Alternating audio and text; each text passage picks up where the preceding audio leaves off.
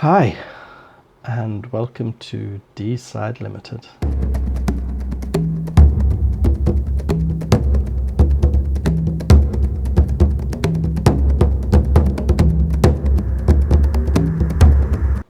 Today I'm going to be showing you how to ply a floor with marine grade ply. It's basically to stop any movement happening from the floorboard up towards the tiled floor that I'm going to be putting down afterwards. If there is movement, basically what happens is the grout line cracks, or in extreme cases the tile cracks. The adhesives are so strong that if you were to put it straight onto a floorboard floor, as the tile moves, or rather as the floor moves, the tile will split. I've seen it happen in a number of new builds, even with those large boards which they put in now into new built houses. So it's relatively simple to do, not a big thing. Just get your cutting right, measure twice, cut once, and then screw the screws in 300 millimeters apart, so that you have a better chance of gripping the floorboards underneath. I really hope you enjoy the video. All the tools are in the description below, and I'll put links in for screws and marine grade ply. I'm using 6mm marine grade ply on this floor. Now you can use hardy backer board, or you can use a thermal board as well. They all work fine. The thermal boards, you need special fixings because the screw heads are so small that any movement will basically break the screw head out of the board. So just be aware of that. You need a large disc to screw the thermal boards down. Anyway, like I say, I hope you enjoyed the video, and I'll catch you in a little while. Thanks for watching.